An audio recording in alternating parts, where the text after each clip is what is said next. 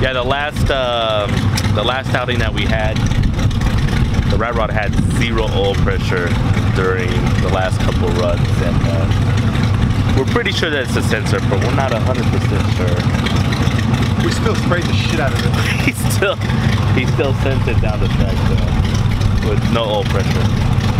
You want to go show him? It says -12. -12.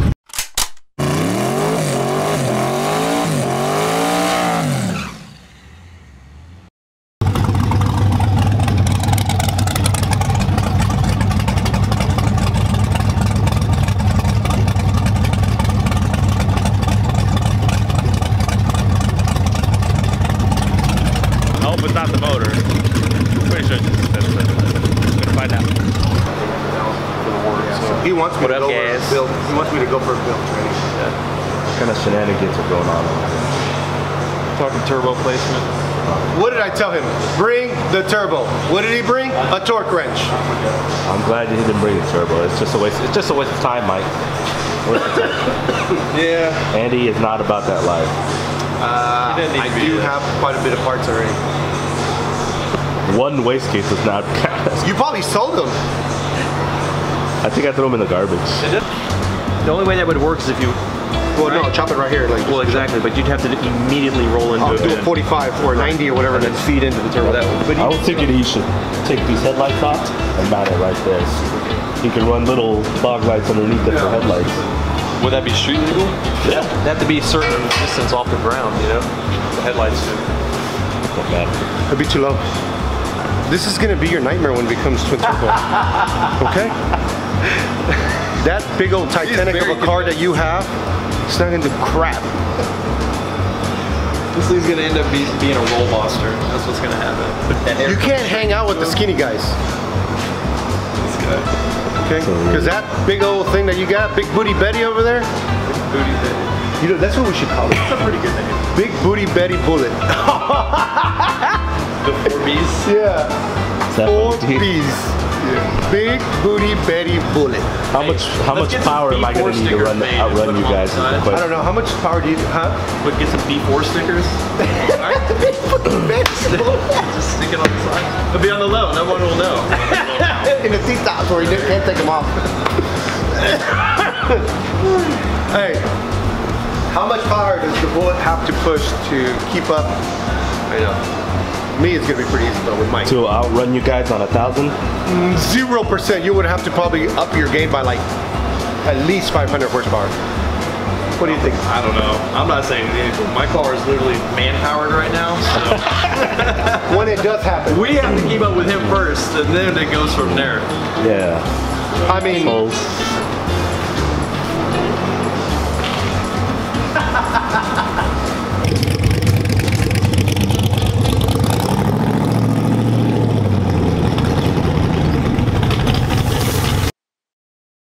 sold the air to water intercooler for my car, and we're gonna do a separate 2-core cooler. We're gonna build something instead of having that one through the intake, something that'll be just a little cooler, because we've outgrown that thing and we're starting to lean more and more on the motor, and it's just gonna get worse. So now's the time. There's gonna be some changes. Check it out. So we're gonna get rid of the shear intercooler. I already have it sold, and we're going to build 2 coolers that are gonna go right in this area. Now that we have the room, why not use it? Right now, the IATs are climbing, and we still haven't put a whole lot of boost to it, and we plan on doing more, so that's the reason why this changed. I really don't like taking it apart too. I mean, when stuff works and all you have to do is change something small, but then it roll balls into something bigger, I hate that, but it is what it is. This is for the better. So,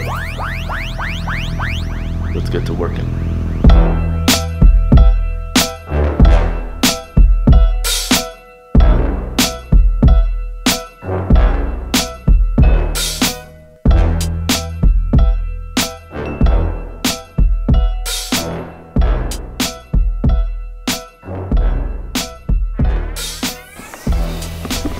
Well, we got her out of there.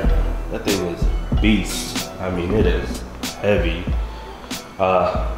When I took her out, you have to be careful, because if it tilts this way, it starts leaking water out of the water ports.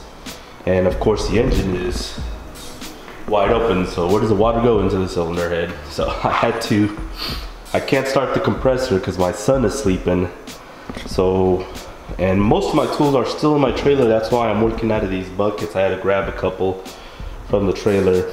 So I had to come up with a way with no extension cord to get this thing operational so that I could blow the water out of there.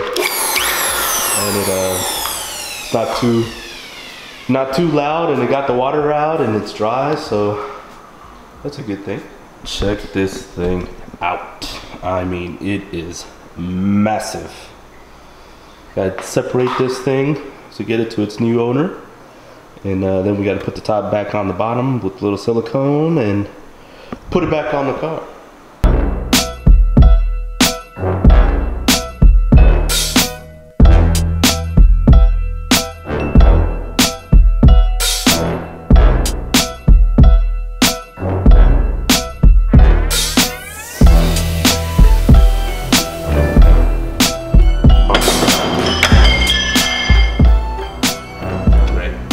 Go ahead and fast forward right through this, and here it is. So yeah, I mean, this lasted me a long time and it stayed fair a long time. When I bought it originally, I contacted Shear and I asked him, you know, how far I could take this cord. So we knew since the beginning that we were going to need to upgrade eventually, but the reason we didn't is because we just didn't have the room.